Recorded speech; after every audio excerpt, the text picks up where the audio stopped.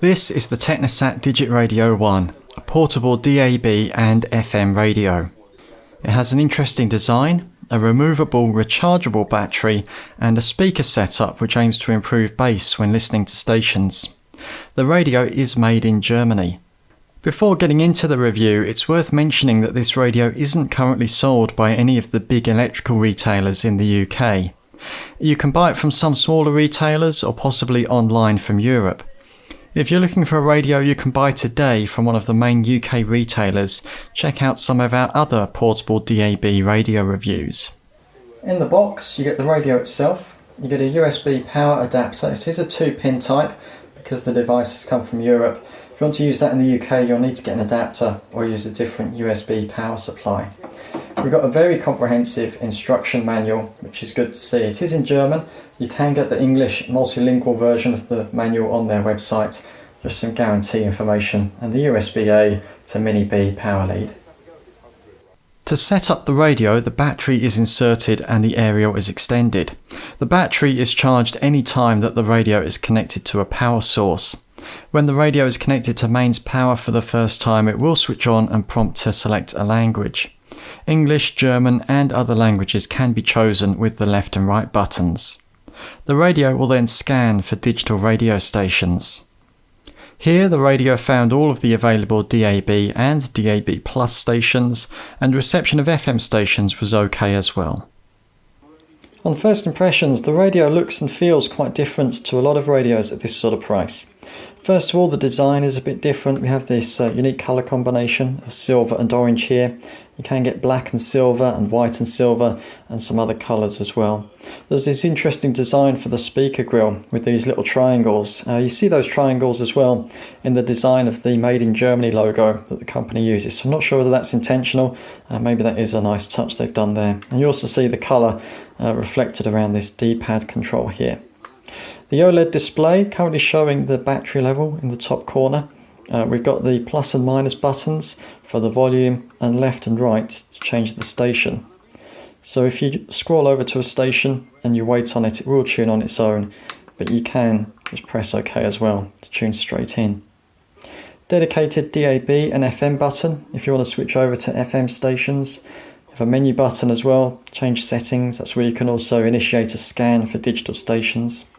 The favourite button to open up your list of presets, and a dedicated favourite button. So if there's a station that you want to put in as a preset on its own button, that button there will do that. It will go to the number one preset on the list.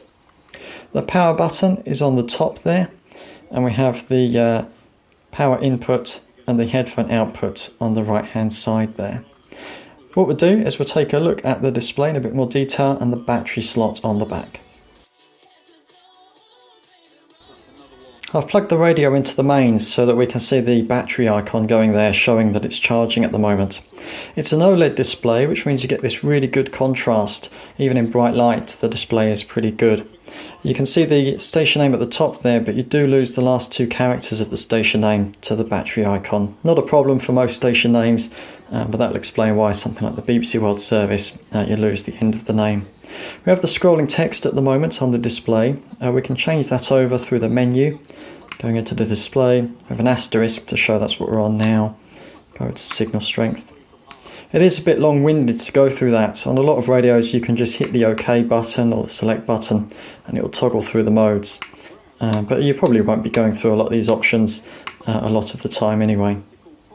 The USB lead has a ferrite bead to help suppress electronic noise, something that not every manufacturer includes. Having a USB lead means you can charge it from a USB power bank or maybe use a USB socket in a hotel room. This makes it quite useful for camping or travelling. The radio is rechargeable and it comes with one removable battery. This is a BL5C size of battery. You can buy others from TechniSat, so you can have some spares if you want to. This is about €10. The slot on the back can be a little bit difficult to open up, but in here you'll see the battery that's already installed. So you can swap this over. Maybe if you keep the radio for a long time and the battery degrades and it doesn't hold a charge as much as it used to, at least you can easily access it and swap it over. Also useful as well if you buy another one for maybe going on camping trips or listening to cricket matches, things like that, you'll know that as long as you've got one with you that's fully charged, you can swap it over and carry on using the radio.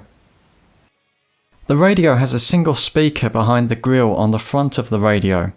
The speaker is above a passive bass membrane, which is designed to increase the bass or low frequency response.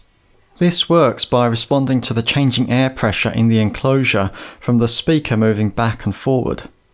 Getting good bass from small digital radios can be difficult, especially when they're not very deep like this one. When listening to songs like Alison Moyet's Is This Love, the drums do seem to have more presence than from similar small radios. The bass in Stuck in the Middle with You by Steelers Wheel on Heart 70s also comes across well. Sometimes DAB Plus stations with low bit rates sounded as if they had some sibilance on speech and music.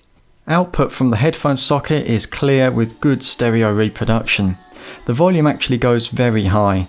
Songs on Heart 80s like Hungry Like the Wolf and Somebody Else's Guy sound surprisingly good. Power output from the speaker is 1 watt RMS according to the specifications. When you pick the radio up, sometimes it feels as if the plastic parts are moving about a bit in your hand, and the black and silver version might be a little bit smarter than the silver and orange version that we have here. Overall, this is a good radio for about £50. It doesn't feel as sturdy as Sony's similarly sized radios, but the good sound, fast interface and power options go some way in making up for that. The radio has a 2-year warranty and technical support is available from TechniSat in Germany. If you're buying the radio in the UK, do bear in mind that support might not be as accessible as it is with the normal UK brands. You might not have heard of TechniSat if you're in the UK. They've been going for a few decades in Germany making satellite dishes and receivers. The radio was developed by the company in Dresden and it's made by TechniSat at a factory in Saxony. You can read about their approach to production and the environment on their website. If you might be put off by the Europlug and the need to download the multilingual manual online, one of Sony's small radios could be a better option. Thank you for watching this video. Check out our reviews playlist for more portable radio reviews and subscribe to see videos about digital radio when they're uploaded.